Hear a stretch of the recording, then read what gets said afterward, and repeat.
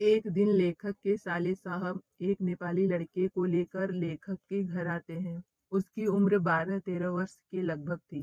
ठिगना चकैत शरीर, गोरा रंग और चपटा मुंह। वह सफेद नेकर, आधी बाह की सफेद कमीज और भूरे रंग का पुराना जूता पहने खड़ा था। उसे देखते ही लेखक को स्मरण हुआ कि उसके सभी भाई और रिश्तेदारों के यहाँ नौकर हैं। दोनों भाभियां रानी की तरह बैठकर चारपाइयां तोड़ती रहती हैं, जबकि उसकी पत्नी निर्मला सुबह से शाम तक घर के कार्यों में व्यस्त रहती है।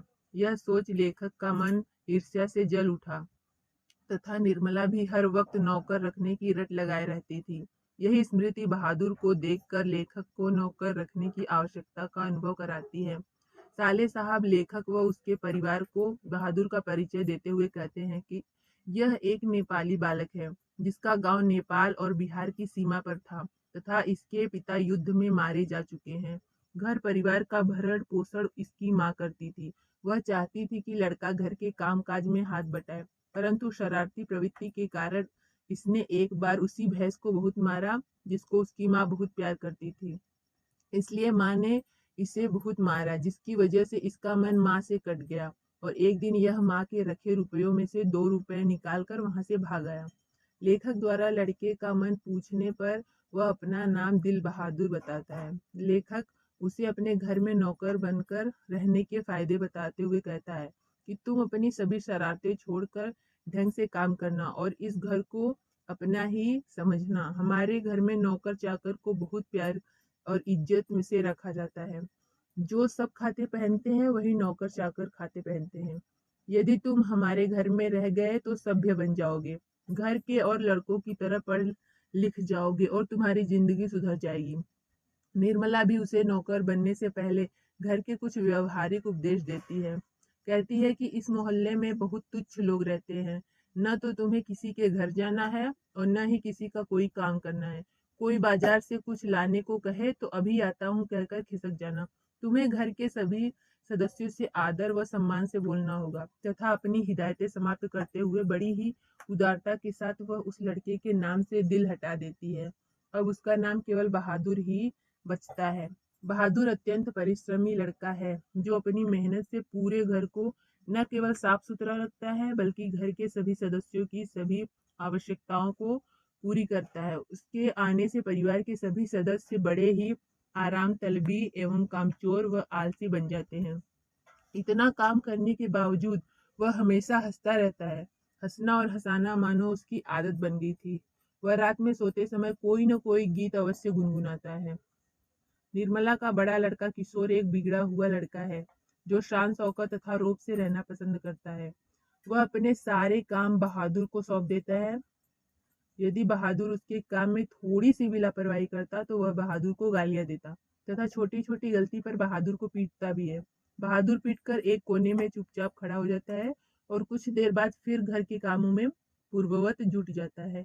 एक दिन किशोर बहादुर को सुअर का बच्चा कह देता है, जिससे उसके स्वाभिमान को ठेस पहुंचती है और वह किशोर का काम करने से मना कर देता है। उसने लेखक के पूछने पर रोते हुए बताया कि बाबूजी, भैया ने मेरे मरे हुए बाप को क्यों लाकर खड़ा किया। इतना कहकर वह रो पड़ता है। निर्मला बहुत पतली पतली रोटियां सेकती है, इसलिए वह रोटी बनाने का काम बहादुर से न करवाकर स्वयं करता। परंतु मोहल्ले की किसी औरत ने उसे भड़का दिया कि परिवार के लिए रोटियां बनाने के बाद बहादुर से कहे कि वह अपनी रोटी खुद बना लिया करे। यदि तुम नौकरों को पतली पतली रोटी बनाकर खिलाओगी तो उनकी आदतें खराब हो जाएंगी। निर्मला के दिमाग में उस औरत की बात घर कर जाती है। अब वह बहादुर के लिए रोटियां सेकना बंद कर देती है। लेकिन बहादुर भी अपने लिए रोटियां नहीं सेकता। निर्मला कई बार उसे रोटियां सेकने के लिए कहती है, परंतु बहादुर रोटियां बनाने के लिए मना कर देता है। निर्मला का गुस्सा बढ़ जाता है और वह लपक कर उसके माथे पर 3 थप्पड़ जड़ देती है। निर्मला बहादुर से चिढ़ जाती है। अब वह हर छोटी गलती पर उसे मारती व गालियां देने लगती है।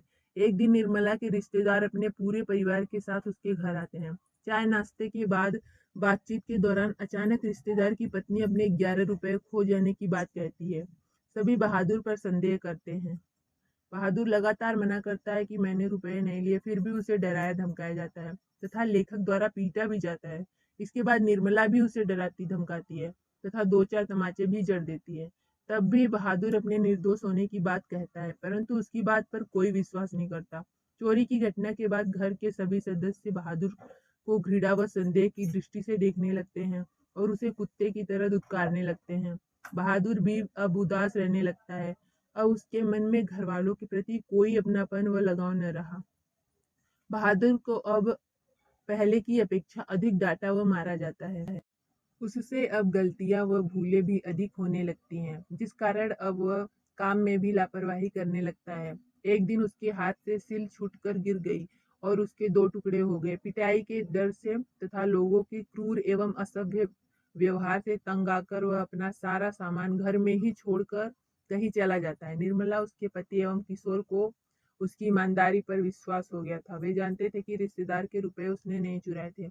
अंत में सभी बहादुर पर स्वयं द्वारा किए गए अत्याचारों के लिए पश्चाताप करने लगते हैं।